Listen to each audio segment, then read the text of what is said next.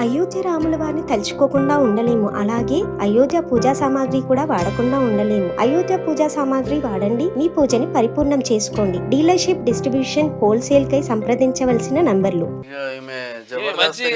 ఖతర్నాక్ కథనే ఉన్నది లెక్క. ఖతర్నాక్ కథ ఉంది. 50 మంది పెళ్లిళ్ళు చేసుకున్నది. మరి ఆమెకు 50 పెళ్లిళ్ళట. ఎప్పుడు నిత్య పెళ్లి కూతురు, నిత్య పెళ్లి కొడుకు అని విన్నాం కానీ నిత్య పెళ్లి కూతురు అంటే వివాహం అనంతరం డబ్బు నగలతో జంప్ అవుతుందంట. బాధితుల్లో డిఎస్పీ ఉన్నాడంట, ఎస్ఐ సహా పలువురు. తమిళనాడులో సంచలన ఘటన. వల వేసి వలుపుల రాని 10వ పేజీలో చూద్దాం ఏందో ఈమె కథ. ఎన్నో పేజీది? 617 కింద ఉంది. ఈమెనైనా? ఆమెకు 50 పెళ్లిళ్ళు. బాధితుల్లో డిఎస్పీ, ఎస్ఐ సహా పలువురు ఉన్నట్టు తమిళనాడు సంచలన ఘటన.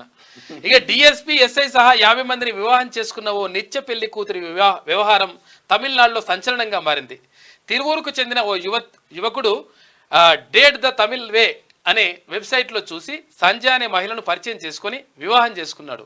మొదట్లో బాగానే ఉన్నా కొద్ది రోజులకు సంజయ్ ప్రవర్తనలో మార్పు వచ్చింది. అది గమనించిన పెళ్లి కొడుకు సంజయ్ ఆధార్ కార్డును పరిశీలించగా అందులో ఆమె భర్త పేరు వేరే ఉండడంతో షాక్ తినడట. చూసుకో, ఈమె ఆల్రెడీ పెళ్ళేదట. అందులో ఉండడంతో షాక్ అయ్యిండు. ఆమెను నిలదీయగా చంపేస్తారని బెదిరింపులకు పాల్పడిందట. చూసుకోబు, మంచిగా ఉన్న కథ ఇది. ఆమెను అయితే వెంటనే ఆయన పోలీసులను ఆశ్రయించిండు. కేసు నమోదు చేసి దర్యాప్తు చేయగా ఆమె నిత్య పెళ్లిళ్ళ భాగోత్వం బయటపడింది. ఆమె ఇప్పటి వరకు 50 పెళ్లిళ్ళు చేసుకున్నట్టు తేలిందంట. బాధితుల్లో డిఎస్పీ, ఓ 2 పోలీస్ అధికారులు, ఫైనాన్స్ అధికారి సహా 50 మంది ఉన్నట్టు గుర్తించిందట. పెళ్ళైన కొద్ది రోజులకు వారి నుంచి నగలు, డబ్బు దోచుకొని పరారైతున్నదంట సంజయ్.